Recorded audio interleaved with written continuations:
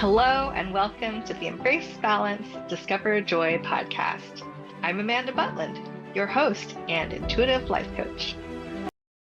All right. Well, welcome to another episode of the Embrace Balance, Discover Joy podcast. Today, my special guest is Susan Jane, an intuitive coach.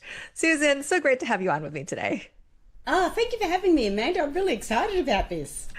Awesome. I am too. And before we get started, I always like to ask my guests my little icebreaker question. Would you mind sharing with us what hobby or activity brings you the most joy and why? Oh, what hobby or activity? At the moment I'm right into gardening. So we've just bought a new house and I'm right into the gardening side of things. So really looking forward to, getting that sort of up and running. I've got a veggie patch happening and I've always been, even though I'm an intuitive coach and I'm guided by spirit, but I've always been very grounded in the nature. I love that, walking in the forests and things like that. So yeah, definitely gardening at the moment. Oh, nice. I love that. And I love that you're putting a veggie patch together in your new home. So great to have your own, right? Growing your own Yes. veggies. So amazing. Absolutely. So I love that. All right. Well, let's just dive right in. So we're here to talk about coaching. And I always like to ask my guests because I always find it's an interesting journey. How did you get into this work? What brought you to becoming an intuitive coach? I must admit, I didn't do it sort of deliberately. I didn't go that way. I started doing life coaching. I started a course in life coaching when Tony Robbins was still called Anthony Robbins. So that's how long ago it was. He started off as Anthony Robbins and then changed to Tony. So it was a long time ago that I did the coaching. And at that stage, it just wasn't a big thing, like people didn't understand it, people didn't know what it was about. So I didn't really pursue it that much, and I pursued other areas of probably more about my spirituality and growth and personal development and things like that. So I got a little bit more into that. And then it was like, with all the lessons and the experiences and the learnings that I had done, it sort of made sense to just support others in it. At the moment, I'm really strong in the intuitive psychic side of things. So I'm really bringing in strong messages, and that's allowing me to help people develop their businesses or help them in a personal way in more ways than one, on a different level. So I can use my experiences, my understandings and my learnings, and then just tap into a little bit of what's happening above as well. I love that. I love as an intuitive life coach myself, I love just incorporating intuitive practices into what it is that you do. And so, because, you use that so much and you have that intuitive psychic, what you bring to your practice. I'd love to just talk more about that because I always find the subject so interesting and fun. And I'm sure all of our listeners are also very interested in this topic because it's not your standard. When people think about life coaching, they're like, oh, you're going to help me get to my goals and those sorts of things. But this goes so much more, like so much farther and beyond just that. So would you mind maybe talking a little bit more about sort of the intuitive psychic piece of what it is that you bring and how you're able to help or use that to help others with achieving their goals? Absolutely. Certainly. So when we look at our coaching, in coaching in general, we look at coaching as in, the structure and how things are put together. I'm probably not as strong on that side of it because I'm not at this stage taking on long-term clients to help them through that. So you've got that very, very structured area of coaching, which is great. Then you've got the intuitive side, which then, as far as you would know, Amanda, that's when you start to bring in, hang on, I don't need to run these people through this particular coaching session in this particular way. Intuitively, you pick up what they need and what they understand and different things like that. So then you bring to the table a whole different area. Instead of some life coaches say, this is how you do it, this is the only way, follow this way and you'll be, magical.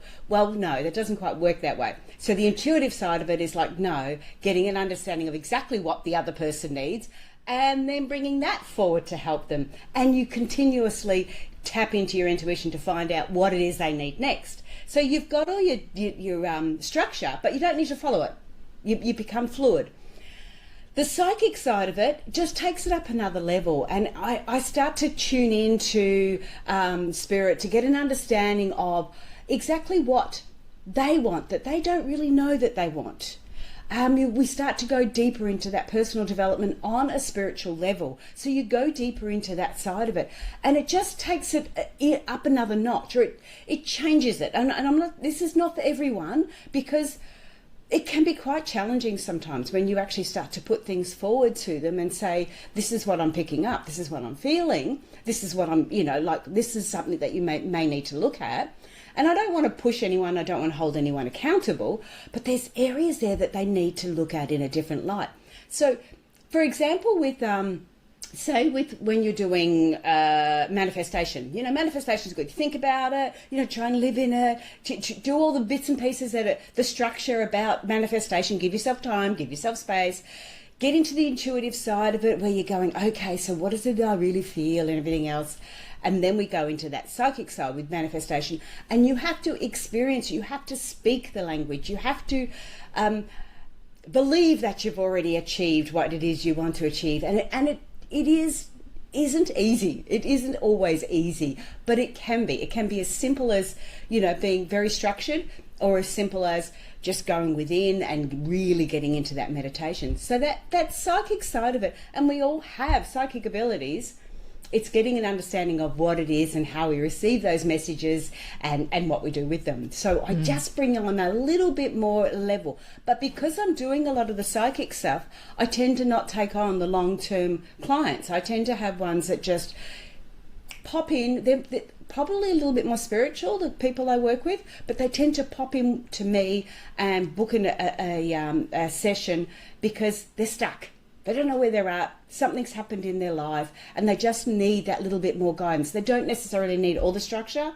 They don't necessarily need, that following rules and regulations. They just need a little bit of a kickstart.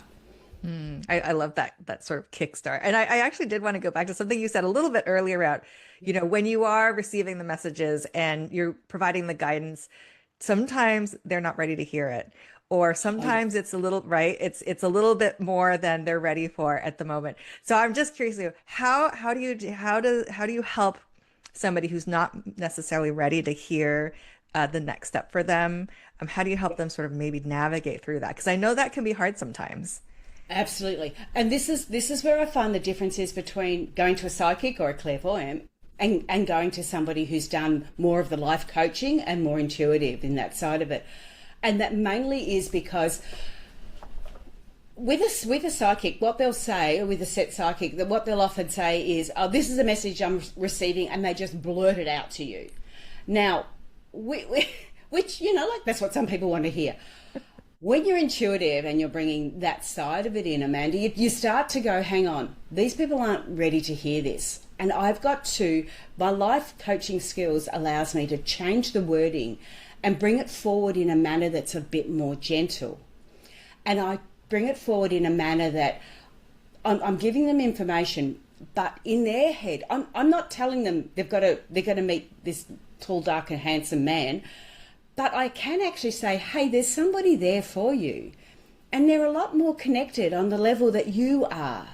You don't need to do this to be on the same level. You're actually on the same level and you can rise together. So it's a different form, and what will happen is they start to get images in their head. They start to tune in to their intuition and start to see the pictures and start to get the understanding themselves.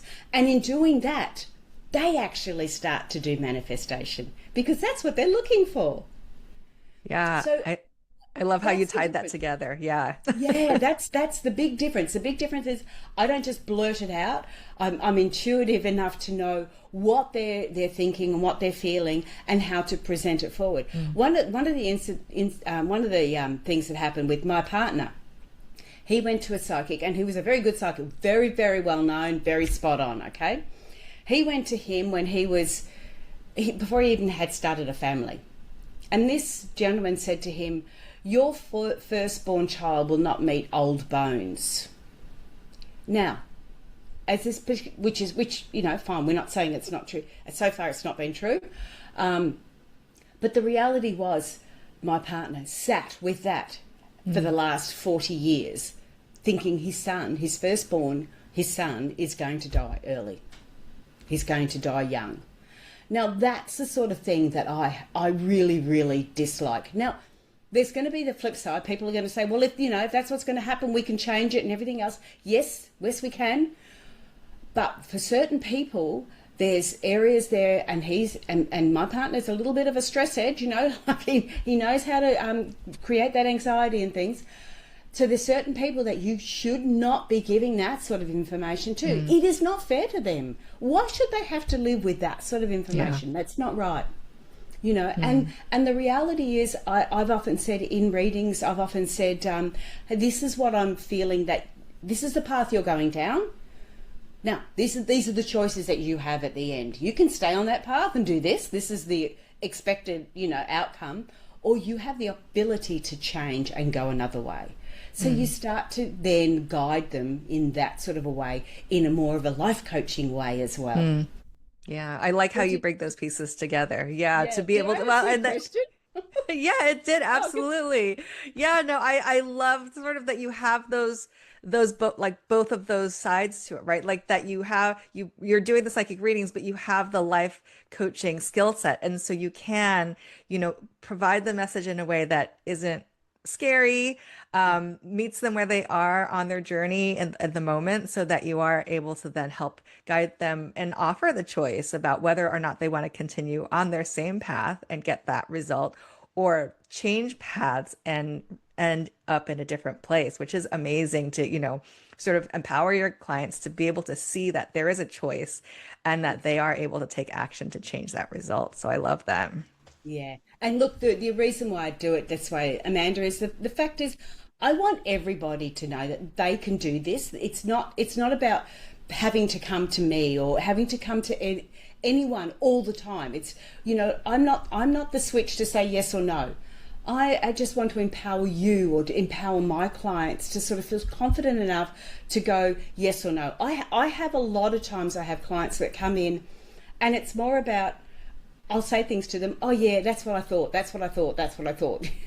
And it's just a confirmation. They just needed to know that they're on the right track. And the more they get that confirmation, the less they come to me. And I know that sounds strange in a business proposition, but I like that. It does sound strange, because it's like, don't you want them to keep coming back? But no, I love what you said there around, and it's not just empowerment, but it's also sometimes like people need permission, right, to go that way. Like you said, you're validating them, but sometimes people feel like they need permission to take that alternate route, right? Like it's not the traditional path, and sometimes that's just needed, right? That somebody's given them the permission to say it's okay to do it differently.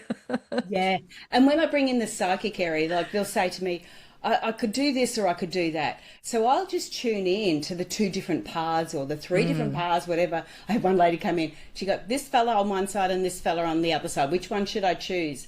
And I tuned into one and went, oh, he's a little bit, he's very, very self-centered, that one, a little bit, but he's a lot calmer and he's a lot easier to live with, or if you wanted to live with him. The other one, he's a little bit more risque, like he wants to play and party. And, then straight away I got this feeling, hang on, you don't need to choose either of them. There's actually another one coming, but you've got to wait about 2 years for that one. And so then we went through a little bit deeper about each of the personalities of the 2 guys, and because I picked them straight away, and so then we start to refer to them as different names, or, or this fella. But you get an understanding of it. She was then going, yes, he is like that. Yes, he is like that. And no, that's not what I want. And I said, you're going to get actually a happy medium between the 2, but you've got to wait for that. And you're getting your learnings from that. So that's what it's sort of all about, is being giving them the choices then to tune into, if they come in with a business, and I'm probably my sub niche is entrepreneurs, women in business, and they'll often go, should I do this with business or should I do that? And I can really tune in and see which path they're going. Not necessarily, and it's not necessarily right or wrong. There could be these intertwining paths that go with it as well. So it's really exciting. I love it. Love it.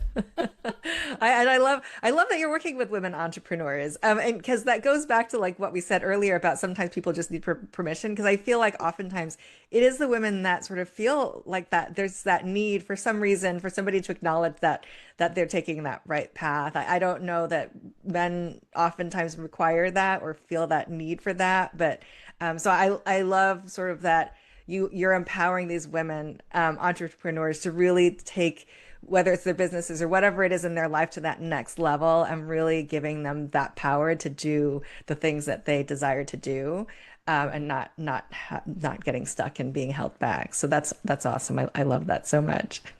Yeah, it's fun. Yeah. I did want to go back to what you were talking about a little bit ago, just about manifestation in general, because I find the topic super fun and exciting because there's that there's a large part of the population, I think, that thinks that manifestation is just visualization, and as long as you see it in your mind, it'll just sort of happen. But as we know, it doesn't work like that. There's still some action that you actually have to take, right? Yeah, absolutely. Yeah. And so I wanted to just talk a little bit about that around, when somebody's like, well, I want to manifest something, and I have this vision in my head. How do you maybe help them with sort of identifying what are those actions that need to take in order to help them manifest, since you mentioned assisting with manifestation?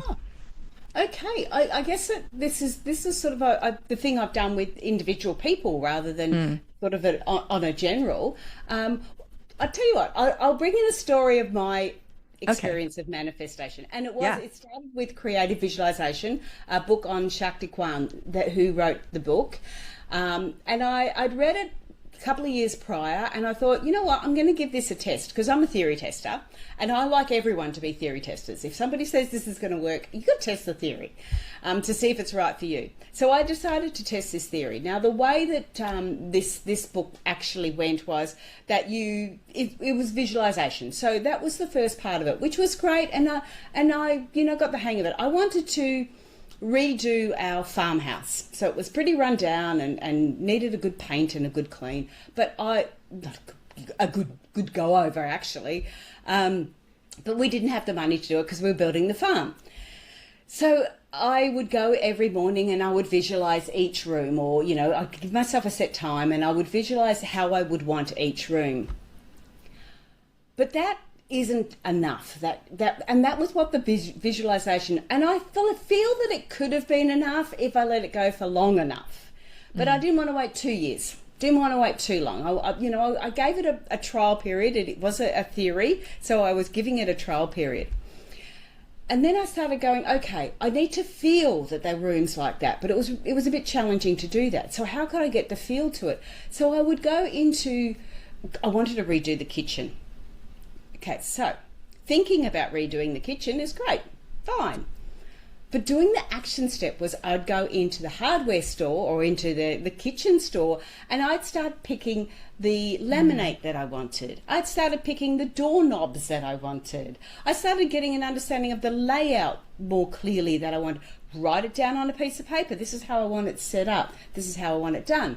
I want this room looking like that. I'd start looking at the curtains that I want for the girls' room. And I went more physical in that context. So I had the thought pattern. Then I went into the physical aspect by actually looking at the different things in the shops, getting an understanding of the colours I wanted, and really getting right down to actually looking at it. My husband then thought I was going a little bit crazy because there's no way now we could have done the kitchen, and yet here's me picking out laminates and doorknobs and tiles and all that sort of stuff, and actually having them there. And so I did that side of it, and then I started to get the feel of it. Oh, what is it going to be like? It's going to be easy to clean, and so I did a little bit of meditation on that side of it. So they all sort of went together. At one stage I was doing it every day, then it started to slow down because life got a little bit in the way. But within that 6 months period, we had this big storm go through, and it took the roof off the house. It was a little bit scary because it was like a cyclone, and bringing all the kids, into a safe space and everything else. And anyway, I didn't think of anything else. But when the insurance people came, they said, oh, you've got new for old, so everything was new. And I said to the builder, well, how long is this going to take? And he goes, oh, the longest part is usually picking the colours of the paint and the tiles and everything, because people aren't expecting this to happen. Then I felt a little bit guilty because I've just almost created it myself without creating it. So we had that done within 6 weeks. So within like just over 6 months and 7 months of me starting this theory practice and getting an understanding of it, I had exactly what I wanted. The whole lot was all there. New carpet, new floor, new colours, new everything. Wow. So, I love, that's amazing. Yeah. So that's the actual, you know, and I can say it, you know, because at that stage it was like, I think $10,000 short of actually bulldozing the whole house and redoing it, which might have been a better option, but you know. But yeah, it went right through. So you can do it. It's not just about thinking, because when you're thinking, you're also speaking.